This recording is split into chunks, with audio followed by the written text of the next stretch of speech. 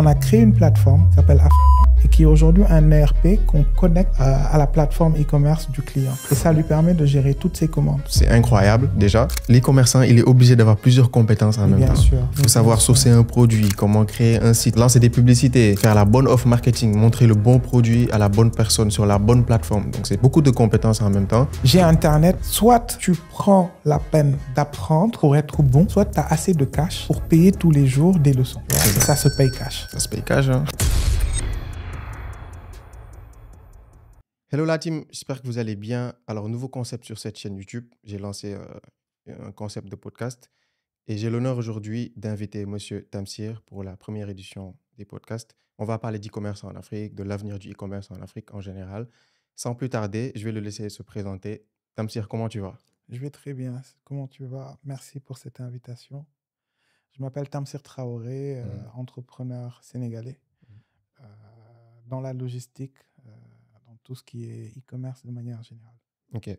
Alors, avant tout, j'aimerais savoir, c'est quoi ton parcours exactement? D'où te vient cette âme entrepreneuriale? Alors, j'ai commencé très tôt. J'ai commencé très tôt. Je m'amusais beaucoup, tu vois, à très tôt entreprendre, Mhm. à très tôt être dans des projets à impact. En tout cas, j'essayais d'avoir de l'impact. Donc, j'ai commencé assez tôt. D'abord, le commerce. Mhm. Euh, mais on va dire, en tout cas, l'entrepreneuriat, c'est vraiment à partir de 2009, 2010, Mhm. où je rentre au Sénégal. euh, et puis, je me lance vraiment dans ma première aventure, qui était une boîte de messagerie de la Smile, que j'ai conduit durant 7-8 ans euh, avant de la revendre. Mhm. Et ensuite, enfin, avant de céder une partie et ensuite de ressortir pour pouvoir justement lancer ma troisième ou quatrième ventures, qui est aujourd'hui Logido et qui est une entreprise qui aime à connecter en tout cas les marchés africains. Ok. Du coup, en parlant de Logido, est-ce que tu peux nous expliquer exactement qu'est-ce que c'est? C'est quoi l'objectif de Logido sur le marché de l'e-commerce en Afrique?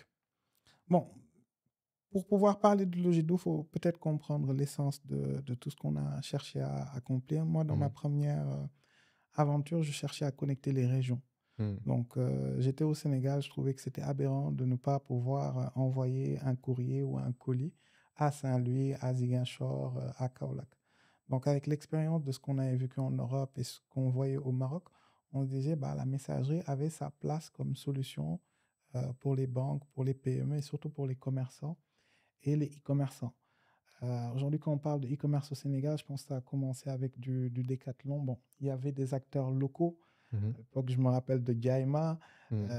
qui fait partie des pionniers, Sunyu Market. Donc, nous, on a commencé, quand le e-commerce a commencé au Sénégal, on était l'un des seuls acteurs qui faisait déjà de la livraison express, qui faisait déjà de la messagerie. Donc, c'est un produit qu'on avait porté. Et donc, l'ambition, c'était de connecter vraiment les régions. Cette ambition a grandi. Connecter les régions, c'était devenu possible avec Texte Courrier.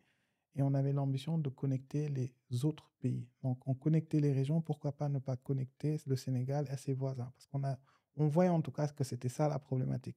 Tant que tu parlais d'Europe, des US, de l'Asie, les gens avaient toujours des solutions, même informelles, tu vois, Mhm. pour envoyer ou recevoir. Mais dès que tu parles de Mauritanie, Burkina, Côte d'Ivoire, Ça devient ça compliqué. devient compliqué. On s'est dit, bah, faut connecter les régions. Et en fait, tu te rends compte qu'en connectant ces différents territoires, tu permets aux gens de commercer entre eux, de créer des opportunités. Et c'est pour ça qu'on a créé Logido, en Mhm. disant qu'il fallait qu'on crée ce pont qui puisse permettre aux gens de transactionner en toute liberté, euh, déjà entre pays africains, mais surtout entre l'Afrique et le reste du monde. Ok. Et du coup, par exemple, le petit e-commerçant en Afrique qui vient de commencer, qui commence à avoir ses résultats, comment est-ce qu'il peut travailler, enfin collaborer avec Logido? En quoi Logido pourrait lui apporter des gains? Alors, nous, on a essayé vraiment d'accompagner le commerçant et le e-commerçant de bout en bout. C'est-à-dire, Ok. au départ, on cherchait à les connecter, Mhm. à leur ouvrir d'autres marchés, à leur permettre d'importer de la marchandise d'autres pays. C'était ça à la base. Mais on s'est rendu compte qu'ils avaient besoin de beaucoup plus que ça. Mhm. Donc, forcément, si je suis un e-commerçant sénégalais, je suis dans le marché sénégalais, j'ai enclin à vouloir gérer moi-même. Donc, le stockage n'est pas une problématique parce que je dis, je gère mon stock moi-même.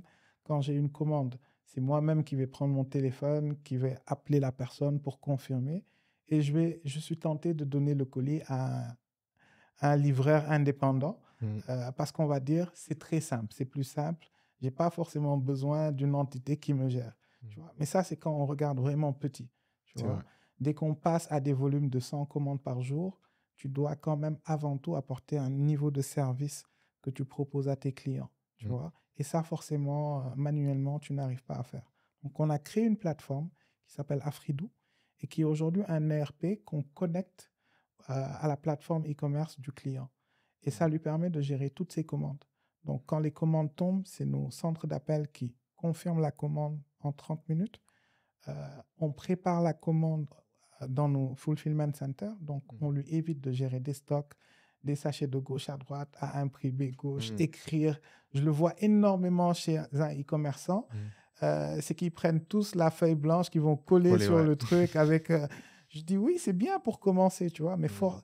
quand tu as des ambitions sur le e-commerce, Mhm. j'ai envie de dire, il faut au moins que les e-commerçants se prennent au sérieux, Ouais, tu vois. bien sûr. Donc, c'est ce qu'on a essayé d'apporter. Mhm. Et ensuite, c'était la branche livraison, tu vois. C'est comment aujourd'hui permettre à ces gens-là d'avoir accès aux meilleurs circuits qui leur permettent de livrer, mais surtout d'encaisser. Donc, ils Mhm. livrent, ils encaissent et on leur restitue l'argent. Donc, c'est Ok. ça qu'on a déjà essayé de mettre en place au travers d'Afridou. Mhm. Donc, tu verras que dans chacun de nos produits, ce qu'on cherche avant tout de faire, c'est faciliter la vie aux e-commerçants. Mhm. Et ça, on parle du e-commerçant qui est juste sur le marché sénégalais.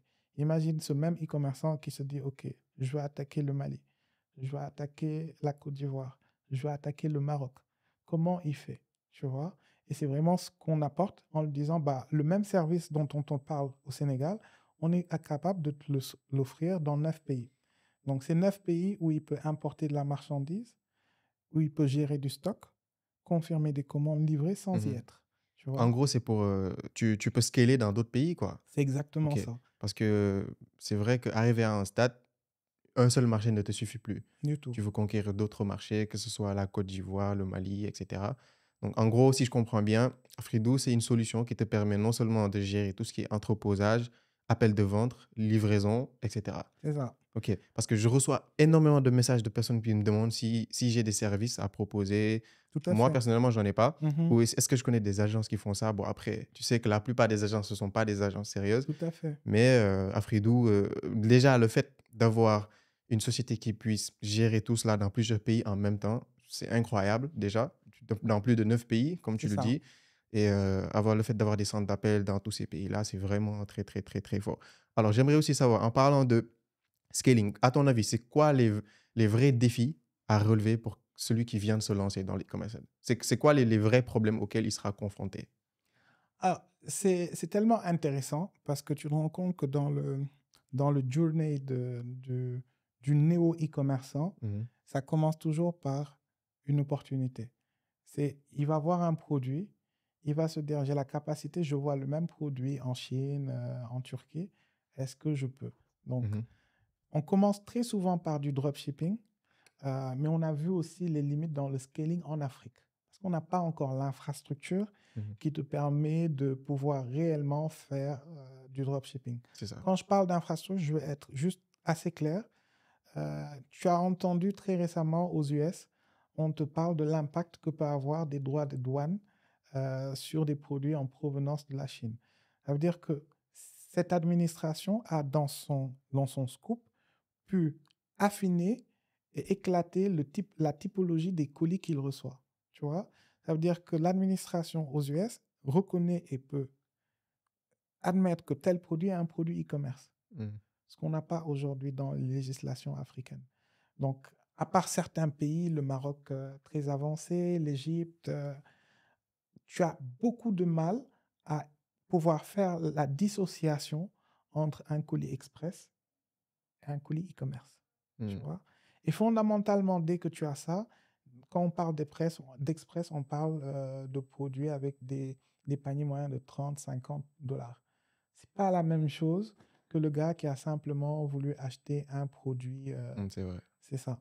Donc, tu as d'abord cette problématique qui fait que, mainly, beaucoup de e-commerçants qui scalent sur du drop, c'est hors Afrique, très souvent, GCC, Europe, US, mais ils ont beaucoup de difficultés à dupliquer ces modèles-là En Afrique. en Afrique, tu vois. Mhm. Ce qui le pousse à être sur un modèle de stock avancé.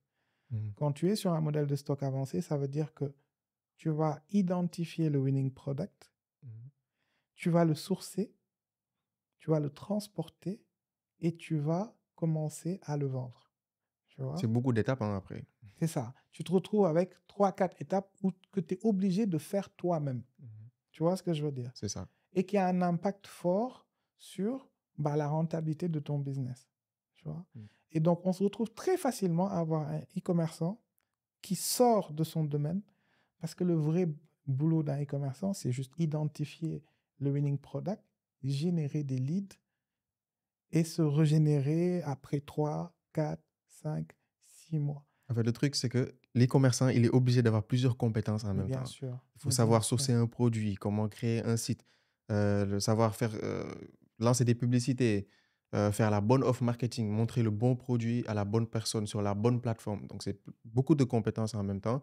Voilà pourquoi j'ai posé la question à savoir quels sont les défis à relever. Pour moi, je pense que aussi, au niveau des processeurs de paiement, c'est un défi à relever. Ah, grave. Parce qu'en Afrique, c'est plus du paiement à la livraison. C'est cash on delivery. Voilà, du coup, moi, j'ai une question par rapport à ça. Est-ce que tu penses que le fait de proposer, de mettre des moyens de paiement directement sur les sites d'e-commerce, est-ce que, à ton avis, sur le long terme, ce serait une bonne idée, sachant qu'il pourrait y avoir des abus? Tu as tellement raison, mais tu sais, des fois, il faut essayer d'aller au bout de la raison. C'est Mhm. aujourd'hui, depuis le temps, on en parle. En Afrique, c'est 95% de cash on delivery. Why? Tu vois? Il y a plusieurs raisons à ça. Première raison, c'est qu'on est dans des zones très faiblement bancarisées. C'est ça. Le gars n'a pas l'habitude de la carte bancaire. La deuxième, c'est parce que peu de sites de e-commerce aussi intègrent des moyens de paiement comme du mobile money et autres. Mhm. Tu vois? Donc, fondamentalement, tu as d'abord cette problématique, c'est d'accès aux moyens de paiement, tu vois. La deuxième, c'est une question de confiance. Tu vois ce Surtout. que je veux dire? C'est une question de confiance. Mhm. Qu'est-ce qui me garantit que le produit que je vais acheter, le produit qu'on va me livrer va être conforme avec la promesse de vente, Mhm. tu vois? C'est ça. Parce que c'est une promesse de vente. Tu as des créatives, tu as tellement de choses. Est-ce que c'est ce qu'on va me ramener? Mais est-ce que c'est pas aussi culturel? Parce que de base, nos mamans africaines, lorsqu'elles allaient au marché, elles prenaient leur temps. Elles ne venaient pas acheter directement, discuter, négocier le Mais prix. Elles touchent pour elle voir touche est-ce le que produit. est-ce que c'est bon ou pas. Enfin, ça prend du temps avant de commander. Mais cette génération a changé. Aujourd'hui, qui achète? C'est pas nos, tu C'est vois? vrai, c'est les jeunes. Malgré que sur certains segments de produits, Mhm. c'est beaucoup plus les adultes et certaines personnes qui achètent tout ce qui touche les compléments alimentaires, les produits par rapport, tu vois? Mhm. Parce que c'est justement eux qui ont des problèmes de rhumatisme, C'est tu ça. vois? Donc, pour moi, c'est vraiment sectaire, tu vois? Mhm. C'est vraiment sectaire. Mais ce qu'il faut juste garder en tête, c'est que le produit est hyper important. Tu vois, le produit qu'on vend, le marché où on le vend Mhm. et l'expertise qu'on s'est développée sur ces produits-là. Mhm. Surtout. Mhm. Bon, après, moi, je pense que le plus important, c'est le produit d'abord. Mais bon, après, le truc, c'est qu'en e-commerce, c'est plusieurs choses en même temps. Si tu as un bon produit, tu ne sais pas faire des bonnes pubs, ça ne va pas marcher. On est Tu as d'accord. un bon produit, tu n'as pas un bon site, ça ne va pas marcher. En fait, c'est plusieurs compétences à... Mais juste pour terminer sur cette partie process, en tout cas paiement, c'est un vrai huge point. Mhm. Aujourd'hui, il y a quand même des boîtes qui cherchent. Aujourd'hui, moi, je vois du, de la collecte partielle. C'est-à-dire, Mhm. tu fais une commande de 30 000, je vais être sûr que tu vas récupérer ta commande. Bon, je capture 5 000 Ok. sur ton mobile money. Mhm. L'argent n'est pas vraiment versé au e-commerçant. Mhm. Il sera reversé qu'au moment de la livraison que tu valides, tu vois. Oui, mais après ça aussi, ça permet d'augmenter aussi le taux de livraison parce que tu as plein Tu de es clients obligé. oiseaux aussi qui viennent commander sur ton site pour Mais te bien dire que je sûr. me suis trompé. Donc, je pense que ça peut être une très... Bon, j'y avais déjà pensé, mais je pense que ça peut être une très bonne idée. Le fait, c'est comme une petite caution, quoi, en gros, pour Écoute, confirmer. et ça permet d'équilibrer le game. C'est plus C'est ça, fair, tu vois. exactement. Parce qu'aujourd'hui, même un acteur Last Mile, et nous, on l'a vécu, tu vois. Au début, nous, le e-commerce, on l'avait attaqué comme du courrier, des colis. Moi, en courrier, il y a une règle, toute livraison tentée est due. Je prends mon véhicule, je vais aller livrer. Si je vais jusqu'à Mbao et que le gars ne répond plus au téléphone, qu'est-ce que tu fais? Tu vois? Alors que si tu réfléchis comme ça pour un e-commerçant, ça veut dire que si tu as 30% de taux de retour, ça veut dire 30% de livraison que le gars va payer, mais à perte. C'est vrai. Tu vois ce que je veux dire? Donc, c'est des solutions comme ça qui équilibrent le game, tu vois, et qui permettent à la compagnie de livraison de se dire, OK, moi, je facture, let's say, 1500.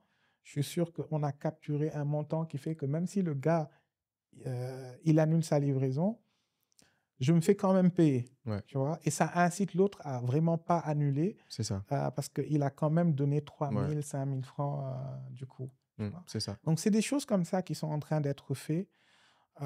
Mais tant que tu n'es pas un site pour moi dont le gars a besoin d'avoir confiance au site, tu vois. C'est ça. Je veux pas faire de la publicité, mais si je dis que KidsPass a un site, Mhm. tout le monde connaît KidsPass. Si Ouais, c'est ça. demain KidsPass dit que bah, maintenant je prends mobile money ou truc, les gens vont avoir confiance. Et si j'ai un problème, je sais où aller, tu vois. Mm. Mais si c'est un gars qui a un site Shopify, Oui, bien sûr, bien sûr. qui ne remplit jamais l'adresse, tu vois, parce qu'on est tous pareils, tu vois, Mhm. l'adresse, les contacts. Donc, quel est le niveau de confiance que je veux que l'acheteur ait avec moi? Ouais, bien sûr, parce qu'après, si tu as une image, non, tu as une marque connue. Et tu es Bon, je ne veux obligé de pas la faire non plus préserver. de la publicité, mais par exemple, je donne l'exemple de 6.9 au Sénégal. C'est une marque Par connue exemple, de par vêtements exemple. traditionnels, etc. Tu peux aller sur ton site, tu peux aller sur leur site, tu peux commander, il n'y a pas de souci parce que tu sais que c'est une marque sérieuse qui est là Exactement. depuis des années, ils ont des boutiques physiques, etc. Maintenant, quelle est la proportion Ouais. de ce site, de cette trempe Mhm. versus tous les sites qu'on a sur YouCan, Ouais, Shopify c'est et tout ça, ce c'est qu'on vend? clair. C'est clair que le client, il va pas commander sur ton site alors qu'il te connaît pas, ça c'est C'est clair. ça, tu vois? Du coup, je pense que, ouais, bon, après, justement, c'est pourquoi moi je dis que sur le long terme, c'est mieux de transitionner vers des marques. Ne pas juste se focus à créer des boutiques enfin, multiproduits ou généralistes en one shot. L'idée, c'est vraiment essayer de créer des marques pérennes sur le long terme. Comme ça, après, tu auras plus ce souci de te renouveler, d'être obligé de trouver pardon, le nouveau produit à chaque fois. C'est ça, c'est vraiment être axé consommateur, tu vois, et permettre de rassurer au maximum le client. Tu vois, des fois, c'est même la livraison. Mhm. Si tu te fais livrer par une entreprise que tu connais, tu vois, qui a la licence postale, ce que beaucoup ne savent pas. Mhm. Par exemple, sur le e-commerce, légalement, un e-commerçant n'a pas le droit de faire livrer au-delà des 15 personnes qui ont la licence postale. Mhm. Question déjà par rapport au consommateur. Mhm. Tu vois, si le gars il reçoit un colis prohibé avec une utilisation nocive, est-ce que ça, le gars, livreur indépendant, je vais dire tchac-tchac pour faire un shout-out à mon pote, mais est-ce que le livreur, informel, va lui s'occuper de ça? Tu vois, si le gars vient qui t'a donné un produit qui est néfaste et que tu as un problème, comment Mhm. tu fais pour remonter la chaîne? Tu vois ce que je veux Ouais, dire? bien sûr. Par contre, quand tu bosses avec une boîte formelle, bah, je sais que c'est telle boîte qui m'a livré. Je peux faire une réclamation parce qu'on a quand même une autorité, ce que peu de gens le savent. L'ARTP Mhm. n'est pas juste une autorité pour réguler la poste ou les telcos. Le e-commerce Mhm. est une activité aujourd'hui à part entière qui est gérée par l'ARTP. Donc, c'est des aspects dont tu dis les néo-e-commerçants n'ont pas vraiment de prime abord, Mhm. mais c'est des aspects pour moi hyper importants pour un e-commerçant qui se veut un avenir dans ce métier de prendre en compte, tu vois. Mhm. Moi, c'est des sujets, dès le départ, il faut que tu le saches, Mhm. il faut que tu sois conforme à ça. Ouais, bien sûr, bien sûr. Et justement, en parlant de ça, qu'est-ce que tu penses d'actuellement de l'avenir du e-commerce en Afrique actuellement? C'est quoi bon, on a déjà parlé des défis, Mhm. mais if you want to move forward, c'est quoi l'avenir du e-commerce en Afrique à ton avis? C'est quoi l'opportunité? C'est quoi l'opportunité? Tu vois, c'est Exactement. déjà ça. C'est quoi l'opportunité? Aujourd'hui, je pense qu'on est dans un monde où on peut plus on peut plus revenir en arrière. Mhm. Moi, personnellement, je me rappelle plus la dernière fois où je me suis dit, je vais me lever pour aller prendre la voiture, aller à un endroit X pour acheter telle chose, tu vois. Ouais. à moins que tu sois sur des produits de découverte, où tu as besoin d'y aller, de voir et tout, tu vois. Justement, excuse-moi de te couper. C'est pourquoi je ne comprends pas les débutants qui se lancent dans l'entrepreneuriat et qui veulent directement créer des boutiques physiques. Moi, j'ai un problème avec ça. Parce Mhm. que tu n'es pas connu, tu n'as pas une marque connue, tu viens de commencer et tu Ils ont de veux. l'argent. Ouais, tu as de l'argent à investir, mais tu crées une boutique physique, Ils ont de tu payes l'argent. le local tous les mois, la déco, etc. Et après, au T'as, final, tu fermes au bout de 6 mois. tu as tellement raison de parler de ce sujet parce qu'en fait, c'est ça le vrai pont, Hmm. tu vois. Euh, il y a 20, 30 ans, on parlait de commerçant. Le commerçant est matérialisé par principalement le fait d'avoir une marchandise qui est à vendre et qui a une place physique où il la vend. Tu vois? Donc finalement, quand tu parlais de ses charges fixes, il allait te parler du loyer, Mhm. du gars qu'il va prendre pour surveiller, du gars qu'il va prendre pour montrer comment on appelle, les assistants pour montrer et aider les clients. Le monde n'a pas changé. C'est juste qu'on est en train de transposer sur un autre monde, sur un monde purement digital. Tu vois? Et dès que tu es dans ça, la seule approche à la fin de la journée, c'est générer du revenu. Donc, moi, quand je suis dans une approche commerce, mercantile, je dois d'abord être sûr que mon produit a du sens dans ce marché. Est-ce que j'arrive à vendre ce produit? Est-ce que j'ai une clientèle? Si tu commences à vendre, tu te dis, écoute, je vais me tester, ce mois-ci, je vais vendre 50 pièces. Mhm. Tu trouves déjà la communauté à qui tu vas vendre ces 50 pièces. Si tu es un e-commerçant lambda, tu vas perdre de l'argent sur, bon, pour pas faire de pub, sur les endroits qu'on utilise pour faire de la pub, Mhm. mais ce client, il ne revient pas parce que Ouais. tu vas aller en chercher un autre, tu vois. Obligé. Alors que si tu construis une communauté, bah, cette communauté, tu vas chercher un produit à lui revendre tous les mois, tous les trimestres. Là, tu vois ce que je veux dire? Là, Mhm. tu peux à un moment aller sur de la spécialité, tu vois ce que Mhm. je veux dire? Mais il est hyper important de d'abord raisonner profit. Aujourd'hui, les magasins, ça coûte bonbon. La première chose que tu vas chercher, c'est le bon emplacement. On connaît les prix si on parle de Dakar. Ouais, ils abusent des prix. Ensuite, tu vas vouloir avoir un truc top de chez top. Ouais. Donc, rien que l'investissement, moi, le nombre de gars que je vois qui viennent me disent, ouais, qui te montrent le truc, voilà, on a fait ça, mais j'ai un problème. Je dis, là, j'ai plus d'argent pour le stock. Je, je lui dis, t'as mis combien ici? Elle te dit 30, 40 000 euros. Tu dis, est-ce que tu sais qu'avec 40 000 euros, tu aurais pu acheter 10 000 euros en marchandises, Mhm. faire 2 000 euros en même digital, Mhm. vendre et au bout de 3, 4, 5, 6 mois, générer assez de marge pour te construire tout seul et toujours garder Mhm. ton capital de 40 000, tu vois.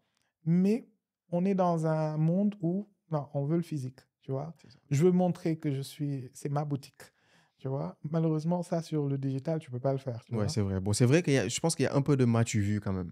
Il y a De beaucoup de... montrer que c'est, voilà, j'ai une boutique, etc. Est-ce que c'est pas une question d'éducation, tu vois, Aussi. d'éducation à avoir, être orienté business? Parce que les gens aussi, c'est ce qu'ils voient, tu Mhm. vois. Le gars, il vend des chaussures, il se dit, je veux... Pour lui, le seul moyen qu'il a de vendre des chaussures, c'est d'ouvrir une boutique.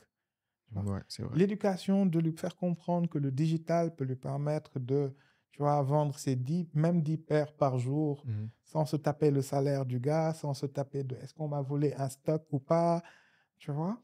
C'est un ensemble, mais c'est une vraie question d'éducation. Et bon, il y a des acteurs comme toi qui aident, tu vois. Mhm. C'est une question de prise de conscience. C'est ça. Bon, je pense que ça arrive, hein, petit à petit. Après, justement, ça arrive pourquoi? Parce qu'on a une génération hyper jeune. C'est ça. Cette population-là, c'est la technologie. Donc, c'est une population qui est beaucoup plus ouverte à se dire, oui, je peux vendre sur YouTube, je peux vendre sur du Meta, tu Mhm. vois. Donc, maintenant, c'est comment cette génération va s'approprier, tu vois, ce e-commerce. C'est ça. C'est est-ce qu'on va rester sur ce modèle assez contraignant Mhm. ou est-ce qu'on va accepter de démarrer petit et crescendo aller sur des verticales de spécialisation? Parce que dans l'e-commerce, mais c'est le monde. Tu vois, mais chaque secteur que tu me prends, la sonorisation, la Mhm. déco, Tu peux tu peux tout tout vendre, hein. vendre. Et les gens, ils sont pas, Tu peux tout ils vendre. se rendent pas compte de la puissance de, par exemple, Meta, de Facebook Ads. Ils se rendent pas compte de la puissance. En plus, on a la chance qu'en Afrique, les coûts publicitaires sont pas chers. En tout cas, pour le moment.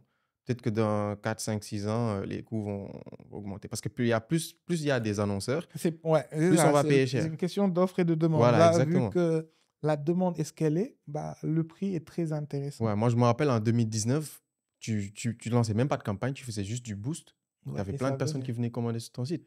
Tu vois? C'est Alors que vrai. maintenant, bon, si tu n'as Tu pas des vraies campagnes, tu stratégies, paramètres, ouais, bah tu oui, lances une vraie campagne, tu lances des vrais ads. Avant, il n'y avait pas ça. Mais là, tu es obligé d'avoir des bonnes créatives publicitaires, faire une bonne campagne publicitaire, etc. et de renouveler. De se renouveler Et de aussi, tu vois. renouveler, tu vois. C'est pas juste lancer une campagne publicitaire et se dire, OK, c'est bon, tu as des résultats pendant 3 semaines, mais après, c'est le drop down. Donc, il faut toujours se renouveler. Il faut toujours apprendre aussi. Parce que le fait de se former aussi, c'est hyper important. Mais Parce que tu toujours. as beaucoup de débutants qui veulent commencer, que ce soit à l'e-commerce ou dans un autre business, mais qui ne veulent pas faire l'effort D'apprendre. d'apprendre. Tu n'as pas de connaissances, tu ne peux pas te lancer dans un business comme ça. Bon, tu peux réussir, mais ça va te prendre du temps. Il faudra faire des erreurs, gagner de l'expérience, etc. Par exemple, moi, lorsque j'ai commencé, pendant 2 ans, avec l'e-commerce, je galérais. Et à un moment donné, je me suis rendu compte qu'en fait, j'avais pas Tu as appris, ouais, mais tu j'avais as pas les appris, ça t'a connaissances. coûté cher. Bien sûr, bien Tu sûr. vois, J'avais c'est perdu beaucoup d'argent avant de... Mais je me suis rendu compte qu'en fait, j'avais pas les connaissances nécessaires. quand on dit la connaissance, ça te coûte soit du temps ou de l'argent. Exactement. Tu vois. Et pour moi, Internet crée une vraie équité sociale. Tu vois. C'est ça, Aujourd'hui, une connexion, tout le monde peut l'avoir. bien C'est sûr. pas parce que j'ai le iPhone. On est à quel iPhone On est à l'iPhone 16, je pense. 16. Ouais. Je pense pas que le gars qui est l'iPhone 16 puisse faire des trucs de qualité Non, du tout. supérieure à... Tu vois ce que je veux dire? Ouais. J'ai Internet, j'ai la base de connaissances. Mhm. Soit tu prends la peine d'apprendre, tu vois, pour être bon, bah, soit tu as assez de cash pour payer tous les jours des leçons, tu C'est vois, et ça. ça se paye cash. Ça se paye cash, hein. Ça se paye cash, Ça moi se, je ça se vois. paye cash. Donc, les gars, n'hésitez pas à vous former si vous n'avez pas assez de connaissances, que ce soit sur YouTube ou bien à travers des formations payantes. Surtout, Mais surtout. n'hésitez pas, hein. Bon, après, le problème avec YouTube, c'est que tu as plein de contenus gratuits. Du coup, tu as Mais chaque qui sont personne. pas... Tu as plein de contenus gratuits, des fois, qui ne parlent pas réellement à ton environnement, tu C'est ça. vois. C'est là, si je compte le nombre, tu dois faire partie des rares en Afrique Mm. avec un contenu qui peut parler aux gars West Af ou aux gars du Maghreb, tu vois. Mais c'est ça, c'est parce que c'est des contenus qui parlent de nos réalités. Donc pour moi, même si c'est un contenu payant, de combien on parle? Mm. Tu vois, c'est même pas de la marge que tu as sur une vente. C'est ça. Tu vois ce que je veux dire? Donc, Je- euh, pour moi, c'est des choses qu'il faut vraiment faire pour tous ceux qui sont intéressés, en tout cas, par la vente, Mhm. parce que c'est de la vente avant tout. Et je crois que c'est important de comprendre les notions de la vente. C'est d'abord de l'équité, de l'éthique, tu vois. On ne vend pas n'importe quoi, Mhm. tu vois. On a quand même un environnement. Donc, il faut quand même avoir l'éthique de vendre des produits qui ont un impact positif, tu vois, sur le marché, qui ne sont pas nocifs. Ça, on voit ça énormément, tu vois, des gens qui balancent des produits, Surtout sur Facebook.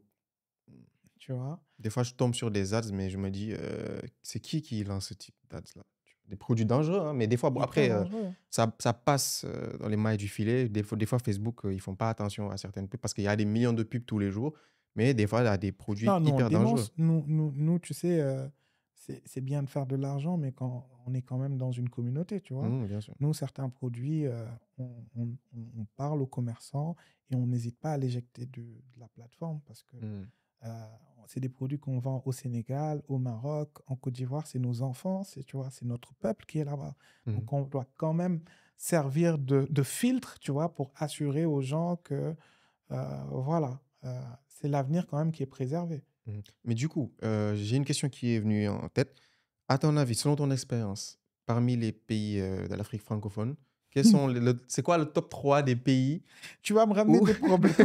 le top 3 des pays, bon, je vais reformuler ma question. C'est quoi le top 3 des pays où tu penses que, comment dirais-je, il y a plus de cash à se faire en e-commerce? Tu vas me ramener des Non, problèmes. non, ça, c'est un bonus pour ma chaîne YouTube. Écoute, pour moi, il faut comprendre les marchés. Mhm. Et c'est marché et population, tu vois. Pour moi, vendre dans un pays, c'est vraiment connaître le pays, tu vois. C'est connaître le pays, connaître les besoins Et aujourd'hui, tout est accessible, tu vois. Ça, c'est quand tu vas aller sur des produits spécifiques, tu vois. Après, quand tu vas sur des gadgets, sur l'électronique, on est tous pareils. C'est Tu ça. vois ce que je veux dire? On est tous pareils. Après, quand tu as des produits cosmétiques, des produits des compléments, des produits qui résolvent des problèmes spécifiques, il faut vraiment étudier le, Marché. le marché, tu vois, de manière générale. Mais tu as des comportements hyper différents, tu vois. Et ça, nous, on le remarque sur les taux d'annulation, tu Mhm. vois. Au Sénégal, il annule pour un rien, Mhm. tu vois. C'est le gars, on a perdu un peu cette notion de valorisation de la parole, tu vois. Mhm. Le gars, il va décrocher, tu vas lui dire, tu as commandé tel produit? Il va te dire, oui, je l'ai commandé. C'est 15 000, on va te livrer à 14 heures. C'est parfait. À 13 heures, tu l'appelles, c'est soit, non, moi, c'était pas moi. Euh, tu vois. Et puis des fois, c'est des grands gaillards. Hein. Et ça, au début, c'était hyper frustrant. Quand on a commencé à travailler sur des marchés comme Bamako, Mhm. le gars, il te décroche, il te dit, je prends, je prends. Tu vois, c'est 80% de taux de confirmation. Il te dit, je prends, je prends. Mhm. Abidjan, c'est straight. Tu vois, à moins que tu fausses ton rendez-vous, il y a beaucoup plus de cash. Les gens, la population est plus nombreuse, Mhm. les villes sont plus... Il y a plus d'opportunités, Ouais, le pouvoir d'achat aussi. tu vois. Donc, il y a ces sujets-là, mais il y a d'autres aspects qui sont à prendre en compte, tu vois. Mhm. C'est, si tu as une réflexion purement opportuniste, c'est le produit que le gars est prêt à acheter chez toi, c'est un produit fondamentalement, peut-être, qu'il n'arrive pas à avoir localement. Ouais, surtout. Tu vois ce que je Mhm. veux dire? Mhm, je vois. Donc, si tu as une réflexion poussée de cette manière, tu vas dire, écoute, je ne vais pas taper les pays où tu as des réseaux de GMS énormes. Je ne vais pas aller taper les pays où tu as des réseaux de franchise. Je vais aller dans les pays où c'est moins développé parce que le besoin, si je le corrèle au panier moyen, le besoin est là. Tu vois. Ce gars-là, il a le vrai besoin. Tu vois ce que je veux dire?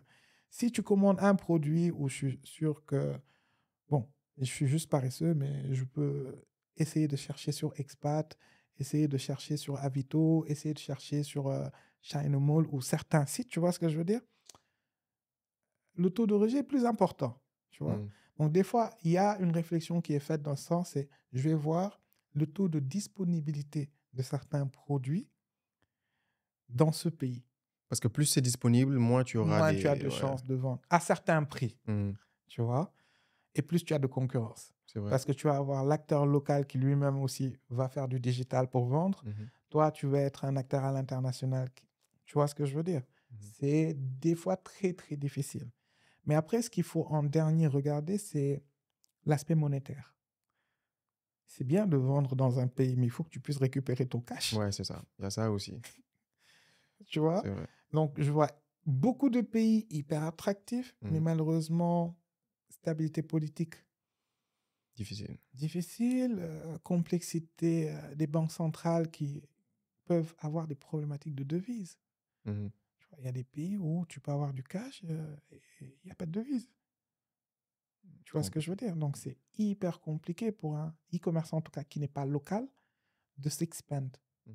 Tu vois? Donc, pour moi, si tu me parles de pays, en gros, je dis clairement l'Afrique de l'Ouest, l'Afrique centrale. Il y a des besoins qui sont là, tu vois, mais il faudrait toujours partir, malgré ça, sur des déterminants de l'offre que j'ai, le produit que je vends, quelle est l'accessibilité de ce produit dans le marché où je vais, tu vois. Mhm. Et ça, après, si je règle des problématiques sur est-ce que je vais récupérer mon cash, Mhm. et excuse-moi, on n'a pas parlé, mais même la disponibilité des ads, C'est ça. combien me coûte Les ads, ouais. le ads dans ce pays-là? Est-ce que c'est un pays où demain, je peux me réveiller du jour au lendemain, je suis bloqué sur Mhm. Meta, Oui, c'est sur vrai. Bon, après les ads, je pense que ça dépend beaucoup sur la qualité des produits? ouais, Ouais, de ton produit, aussi de tes publicités. on est Ok. d'accord. Parce qu'il faut savoir que Meta, c'est un algorithme qui est hyper intelligent. D'habitude, même quand tu copies des publicités de tes concurrents, à Il un le moment détecte, donné, ils le détectent tout à et fait. pour te sanctionner, ils peuvent ne pas bloquer ton compte, ils vont juste augmenter tes coûts publicitaires. Donc, il y a ça, il y a aussi le fait de vouloir scaler trop rapidement parce que l'algorithme Facebook en Afrique n'est pas habitué au fait que tu dépenses beaucoup en budget. Par exemple, Mhm. en drop, j'ai fait du drop, tu peux dépenser 1000 $ par jour sans problème. L'algorithme ne va pas devenir fou. Il y a des grosses entreprises qui dépensent des 10 000, 15 000, 30 000 $ par jour, il n'y a pas de problème. En Afrique, c'est différent. Du coup, si tu veux passer d'un budget à 20 $ par jour à un budget direct de 100, 200 par jour, Cut. à un moment donné, ça crache C'est ça, automatiquement. c'est ça. Du coup, bon, après, il faut juste savoir bien scaler, que ce soit horizontalement ou verticalement. Non, Mais tout à fait. ouais, il faut y aller étape par étape, Crescendo. étape par étape, quoi. Non, je suis d'avis. Ouais, du coup, autre chose. Du coup, est-ce que tu as des tips à donner pour augmenter le taux de livraison, par exemple? Dans un pays où, par exemple, il y a déjà ce souci de taux de livraison, par exemple au Sénégal, c'est quoi, est-ce que tu as des tips par rapport, que ce soit pour le site, que ce soit pour les ads, peu importe? Écoute, il y a plusieurs choses. C'est d'abord la gratuité. Le Sénégalais, l'Africain adore la gratuité. Mhm. Euh, Qu'est-ce qui empêcherait de pouvoir intégrer la livraison et de mettre des prix en livraison gratuite, tu Toujours. vois? Ça, pour moi, c'est un must. Euh, les gens calculent, tu vois? Et les bundles aussi, le fait de faire 2 achetés, un offert, des C'est trucs comme ça, du ça. upselling, tu vois? Ça te permet upseller, faire des packages. euh, mais faire des packages, ça veut dire que tu as des produits complémentaires. Mhm. Tu vois ce que je veux dire? Euh, Diversifier. Moi, ce que je dis toujours, c'est que pour moi, un e-commerçant, il ne doit pas garder un stock 3 mois. Mhm. Tu vois? Tu as un winning product.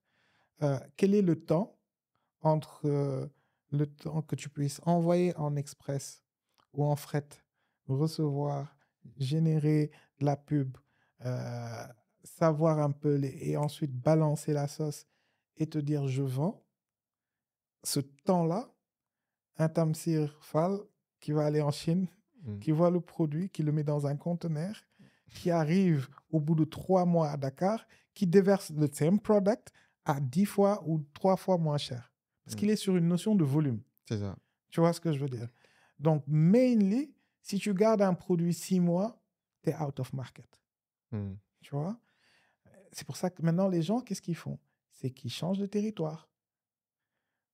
J'ai travaillé avec un produit durant 3 mois dans une zone. Je commence à voir que c'est saturé. Je vais monter au Mali. Je récupère le stock restant. Je peux prendre juste ce stock ou renforcer, aller au Mali. Finir le Mali, aller en Côte d'Ivoire. Tu vois ce que je veux dire? Ou des fois même cibler des régions. Ok, j'étais purement sur Dakar. Ok, let's focus on Kaolack. Ouais, c'est Tu vrai. vois? Mhm. Let's focus on Touba. Tu vois? Parce que tu es sûr que tu as beaucoup plus de chances de vendre parce qu'ils n'ont pas accès aux Mhm. produits. Il y en a pas beaucoup qui font ça, hein. Il y Il y en en a a, pas beaucoup. il y Qui en a, réfléchissent à ça, quoi. c'est En ça. général, c'est toujours la capitale. Alors que toutes les aides Tout est visent dans la la capitale. capitale, tu vois. Mhm. Maintenant, pour pouvoir faire ça, il faut avoir des acteurs qui te permettent de C'est ça, il y a ça. livrer à des prix. Justement, Tu me parce qu'il y a dis, il y a ce problème aussi. Si tu veux livrer dans d'autres régions, tu passes par qui? Enfin, je pense qu'à ce niveau aussi, c'est une c'est problématique. une vraie problématique. Dans certains pays, tu l'as pas. Au Maroc, si tu regardes le marché, la livraison, c'est quoi? 2, 3 € le colis, e-commerce. Ah ouais. Tu 3 vois? euros, c'est 2000 francs. C'est le prix de la livraison à Dakar. C'est Tu vois? abusé. Tu vas dire à un e-commerçant, bah, la livraison en région, c'est à partir de 90 dirhams. Il te dit, Chnawa, pourquoi? Alors que c'est parce que il y a un manque de connectivité. Aujourd'hui, combien de compagnies de transport connectent Dakar à Marrakech, Casa à Marrakech? Mhm. C'est vrai. Combien de compagnies de transport connectent Ziguinchor à Dakar? C'est qu'il n'y a pas assez de concurrence, peut-être. Non, il n'y en a pas assez. Mhm. Tu vois, c'est utopique de le dire. Et moi, je le dis très souvent. Moi, j'ai accompagné énormément de boîtes de last mile à Dakar. On me disait très souvent, pourquoi? Je lui dis parce qu'au début, j'étais tout seul.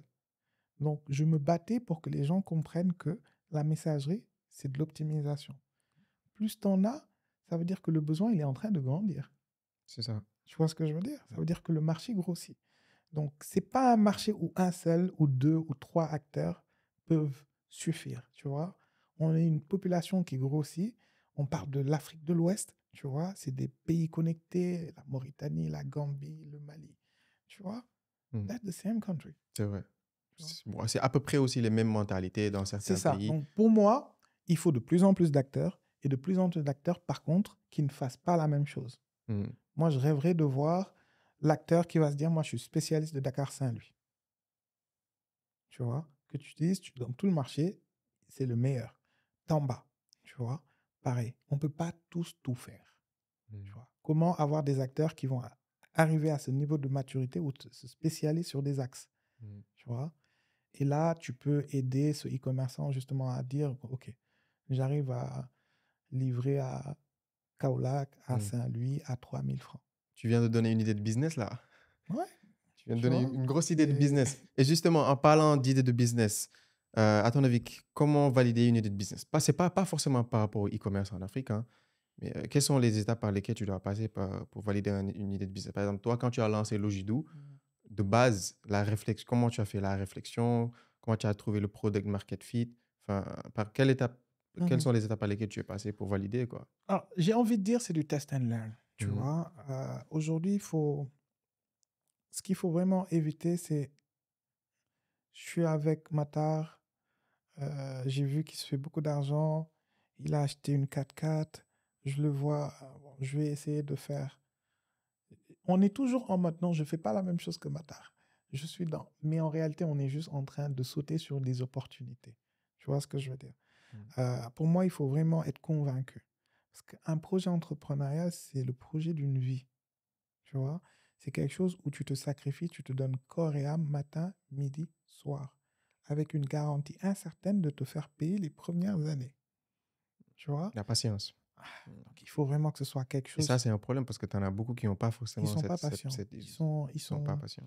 ils sont pas patients du Ils veulent tout. tout tout de suite. Oui, Bon, oui. après, c'est le monde qui est fait comme ça maintenant. Tu veux commander à manger, tu peux commander dès maintenant, on te livre maintenant. Après, moi, j'ai pas de problème sur le gars qui te dit, moi, je veux gagner 1 million de dollars l'année prochaine. Oui, bien sûr, bien sûr. J'ai le problème avec le gars qui ne va pas me dire comment il va Comment il va faire faire? pour, tu vois ce Ouais, que je veux dire? qui n'a pas de circuit, C'est quoi. ça. C'est quel est le process? Tu Mm. vois, quel process tu comptes suivre pour arriver à ce résultat?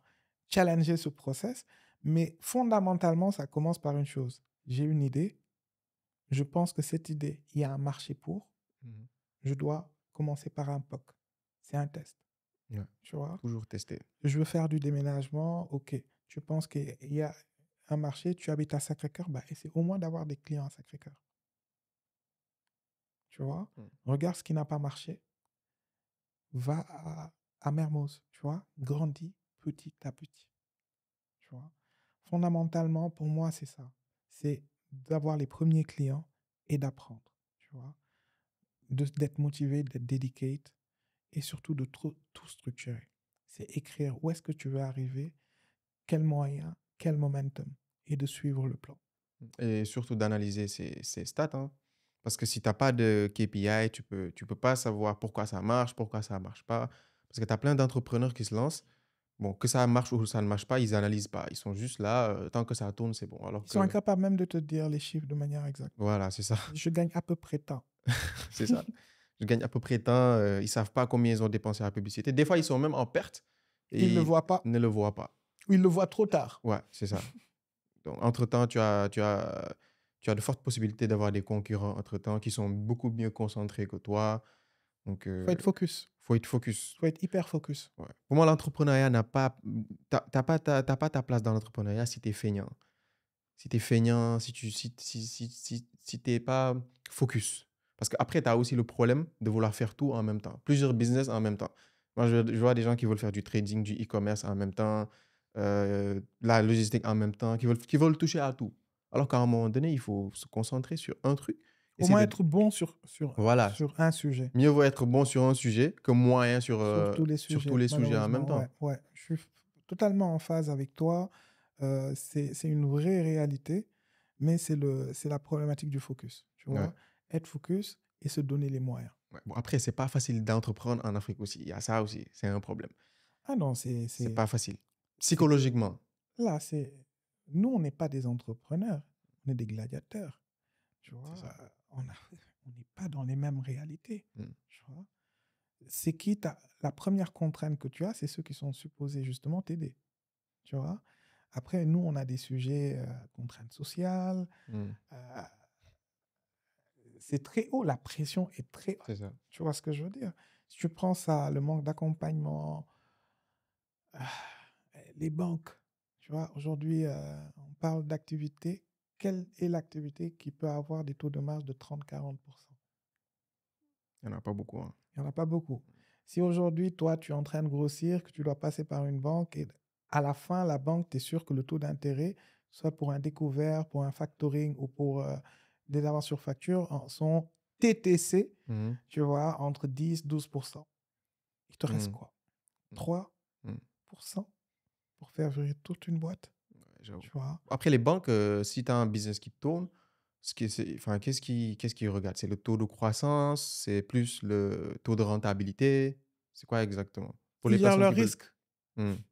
Mes amis banquiers, je suis désolé, ils gèrent le risque. Ouais, c'est le Les risque. banques gèrent le risque et c'est là où tu vois, tu dois avoir un support, tu dois avoir une certaine dynamique.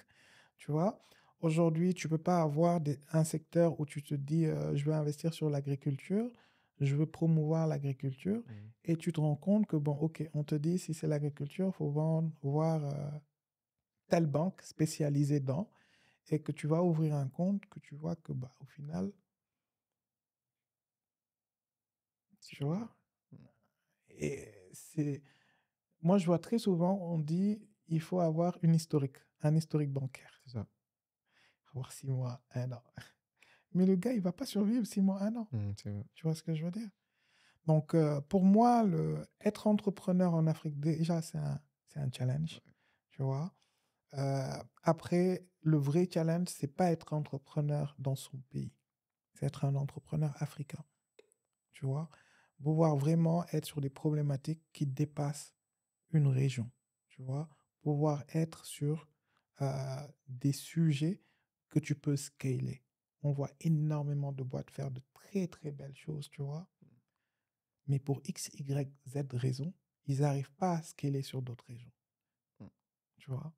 Et tu as assez pour vivre, mais est-ce qu'au départ de ton aventure, c'était l'objectif, tu vois? La scalabilité, c'est très important, hein, parce qu'aujourd'hui, si tu as la chance de lancer un business et qui peut tourner dans 5, 6 pays en même temps, c'est très intéressant. Moi, j'ai des amis qui ont des SaaS, des logiciels qui tournent en Afrique dans plusieurs pays en même temps.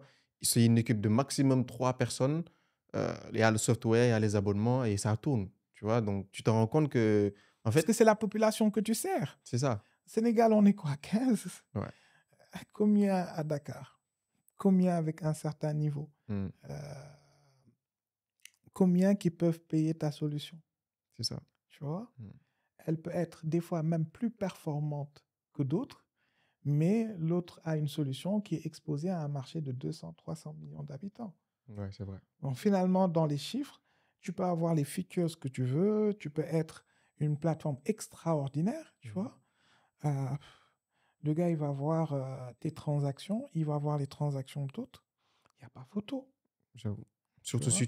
surtout si tu es dans plusieurs pays et que tu as la possibilité après de scaler dans les marchés anglophones en Afrique aussi. Parce qu'il ne Surtout faut si pas tu es dans oublier. un grand pays Voilà, le anglophone. Nigeria, l'Afrique du Sud, tout ça. C'est Est-ce que tu ne penses pas que le business model des SaaS en Afrique, que d'ici quelques années, que ce seront bah, les entreprises qui seront les plus convoitées pour les businessmen qui veulent acheter des business, par exemple? Le fait de revendre un logiciel, etc. Qu'est-ce que tu en penses? Écoute, nous, on le vit. Moi, en tant que startup, je le vis, tu vois. Mm, Aujourd'hui, les boîtes en SaaS sont mieux valorisées. largement. Tu vois, ça n'a rien à voir. Une boîte qui vient de naître, on te parle de sa valo, tu te Ouais. regardes, tu te dis, mais Mais qu'est-ce est-ce que qu'en je... Afrique, c'est pas différent? Par exemple, là, est-ce que, bon, ça, j'ai pas forcément beaucoup d'expérience là-dessus, mais est-ce qu'une valo d'un SaaS en, en Europe et en Afrique, qui font le même chiffre d'affaires, qui font le même ARR, est-ce que c'est les mêmes, tu as les mêmes chances de revente? Est-ce qu'il n'y a pas d'autres contextes à prendre en Écoute, compte? pour moi, tout dépend de ta base. Hmm, Tu vois, ta base d'abonnés, ce que tu comptes en faire et ta capacité à leur vendre, tu vois, à pouvoir intégrer d'autres types de services, tu vois. Fondamentalement, mais aujourd'hui, là où j'aurais peut-être, c'est est-ce qu'une solution SaaS européenne peut scaler en Afrique? Est-ce qu'une solution SaaS africaine peut scaler en Europe, dans le GCC? Voilà, tu vois, parce que c'est les réalités auxquelles tu réponds. En général, c'est non. Parce qu'il y Tu a vois, surtout le problème des moyens de paiement. des moyens de paiement ou même des paramétrages Hmm. de certaines spécificités, tu vois, qui n'existent pas dans certains pays, qu'ils ne paramètrent pas. Après, il faut faire un choix, hein. Est-ce que tu es obligé forcément de viser sur le long terme l'Afrique et l'Europe en même temps? Pour moi, si tu cibles juste l'Afrique et que tu as la possibilité de scaler dans plusieurs pays en Afrique, pour moi, c'est déjà bien. Tu vois? Donc, après, est-ce que moi, je me dis, est-ce qu'un SaaS qui est dans la même niche, qui a le même objectif, celui qui est en Afrique et celui qui est en Europe, qui font le même chiffre d'affaires annuel? Peuvent merger. Ouais, c'est ça. Il y a Mhm. ça. Il y a aussi, est-ce qu'ils ont les mêmes capacités de revendre? Parce que, bon, c'est clair que, par exemple, en Europe, tu as un SaaS qui marche bien. Ça dépend de où est l'argent. Ouais. Bon, après, il y a des sites où tu Je veux peux. dire, si son investisseur est européen, mais c'est clair qu'il va le valoriser un peu plus. Tu vois ce que je veux dire? Mais je Mhm, comprends, c'est une vérité mhm, qu'on ne dit pas ou qu'on ne veut pas dire. Mais c'est vrai que les boîtes européennes, mhm. américaines, asiatiques ont quand même, j'ai envie de dire, un plébiscité qui est meilleur à la nôtre. Bien Tu sûr. vois ce que je veux dire? Après, ça fait partie des challenges d'être entrepreneur africain. Mhm, Tu vois ce que je veux dire? Sur d'autres sujets, on en parle. Pour moi, c'est des sujets que l'entrepreneur africain, qui soit dans du business, dans du commerce, dans du football, dans de la musique, tu vois, on vit tous avec les mêmes handicaps. Tu vois ce que je veux dire? mhm, C'est à nous de prouver qu'on est capable. Tu vois ce que je veux dire? Et ça, c'est dans le day-to-day. Tu vois? Mais oui, on y va quand même avec des points en moins. Tu vois? C'est beaucoup moins facile quand c'est un entrepreneur africain. C'est pour ça qu'on est très fiers et très content quand on voit un entrepreneur africain qui arrive. mhm, Tu vois? mhm. Mais il faut déjà se dire, euh, c'est pas Silicon Valley que j'ai regardé, ça se passera pas comme ça. Tu vois, on est dans des environnements hyper différents, hyper concurrentiels, très très difficiles. Tu t'es réveillé la semaine dernière, la BCAO coupe les fintechs sénégalaises. Mhm, On va te dire non, c'est les fintechs. Oui, mais moi je connais personnellement des boîtes qui depuis 1 an ont déposé leur dossier. Tu vois ce que je veux dire? mhm. Donc on vit, nous, entrepreneurs africains, on vit avec des réalités comme ça. C'est tous les jours, tu te réveilles, bah, you have to deal with the new challenge, tu Mhm. vois. Bah, Mais c'est ça un peu, comment dire, à triompher sans gloire. mhm, C'est un peu ce qui fait cette saveur qu'on a quand on réussit, qu'on atteint certains milestones, tu vois. mhm, Le fait de dire que voilà, je suis arrivé quand même, mais dans un environnement hyper compliqué et I'm one compared to, tu vois, le nombre de boîtes, le nombre de startups, tu vois. Pour moi, c'est des sujets qui doivent être comprises, tu vois. Tu as parlé tout à l'heure du fait que l'entrepreneur est très souvent très pressé, tu vois. Moi, sur ce sujet-là, c'est vraiment comprendre que les choses vont prendre du temps. mhm, Tu vois, les choses vont prendre du temps. Même discuter avec un investisseur prend du temps. Donc, si tu captes pas ça et que tu vois, tu le formates dans ta tête, tu vas très tôt être déçu, très tôt abandonné. Et c'est la typologie d'entrepreneur que tu vas avoir qui te dit, j'avais cette idée, mhm. Ouais, toujours. J'avais la même idée, j'avais la même idée, mais mais je on ne l'ai m'a pas pas, lancée. non, ou on m'a pas soutenu. C'est ça, hein. Bon, après, les idées, tant que tu poses pas des actions, ça sert à rien, hein. Parce que, par exemple, je vois beaucoup de personnes qui suivent des formations sur YouTube, etc., mais qui n'appliquent jamais ce qu'ils ont appris. Après, ils vont te dire, pourtant, je voulais faire la même chose. Tu vois? C'est pour moi, quand tu t'en rends compte, c'est quand tu veux créer une boîte. Hmm. Quand tu veux créer une boîte et que tu veux créer un nom, et que tu es en train de taper le nom, à chaque fois que tu tapes, tu dis c'est pris, c'est là où tu te dis, mais Ouais, c'est chaud quand même, hein, les ça m'est gars. arrivé. Tu dis, mais ils sont tous en train de s'y mettre, tu Mais vois. bien sûr. Mais ça, c'est vraiment pour te montrer qu'on n'est pas les seuls. La Hmm. même idée que tu as, Dieu fait que cette lumière éclaire plusieurs personnes dans ce monde. Ouais. Maintenant, on n'est pas des fois dans le même territoire, mais dès que tu parles du digital, bah, ces solutions, qu'elles soient faites en Chine, au Sénégal, tu vois, Orange Money, c'était où? Tu vois, ça a commencé où, Orange Money, tu vois? Et pourtant, si on avait coupé cette histoire, qu'on revenait à aujourd'hui, qu'on dit, bah, c'est des solutions qui ont démarré en Afrique, les gens auraient été impressionnés, tu vois. J'avoue, j'avoue. Bon, je pense qu'on a fait le tour, hein. Ouais, c'était... N'hésitez pas à me dire dans les commentaires si ça vous a plu. Est-ce que vous êtes intéressé à voir d'autres podcasts à ce sujet, de l'entrepreneuriat, d'e-commerce en Afrique, etc. En tout cas, c'était un plaisir de Partagé, t'inviter. C'était partagé. c'était un plaisir. Il a dévoilé beaucoup de secrets là. Plein d'idées de business. C'était un plaisir. Et en tout cas, comme j'ai dit tout à l'heure, les gars, lancez-vous. Il suffit pas juste de voir des vidéos sur YouTube, passez à l'action. Mhm. Et voilà, hein. On se donne rendez-vous pour le prochain podcast ou bien pour la prochaine vidéo YouTube. Et surtout, n'oubliez pas de vous abonner. Il y a plein de personnes qui suivent les vidéos mais qui ne sont pas abonnés. Abonnez-vous dès maintenant. Ciao.